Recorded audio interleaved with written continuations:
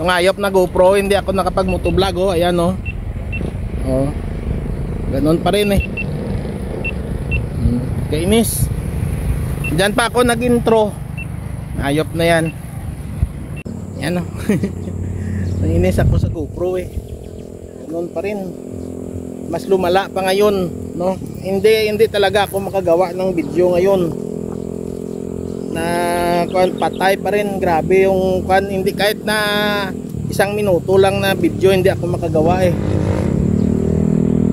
Iwan ko ano na to, kainis, eh. Masira na nga talaga, eh. May bis na nakagawa ako ng buong video, pero ngayon mula pa nung nakaraan to, eh.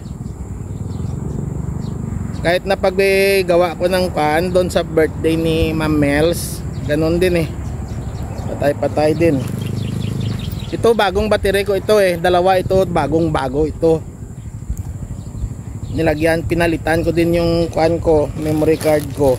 Ganun din. Ito mga memory card ko. Yan. Pinalitan ko na din ng bago yan. Ganun pa rin. Sa kuan na talaga, sa board na niya siguro, no, gaya ng sabi nung kuan at pagtanungan ko, dahil na overheat na daw sa board na niyan, sa board na yan. Hindi na talaga makuan, eh. Nainis lang ako. Pag magtuloy-tuloy to, wala na tayong magawa nito. Wala pa namang mag-ayos dito sa amin. GoPro, start recording. Yan, o, patay ka agad, o. Yan. Tapos na, ganoon lang. Tuloy-tuloy na yan. Hindi na ako makagawa ng kahit na kunting video man lang, eh. Yan. Diba, tuloy-tuloy na. Isang kaman mo lang, tuloy-tuloy na yung patay andar, eh, oh. Mamamatayan maya konti, eh, kaman ulit natin, ganun pa rin yan. Ah, diba?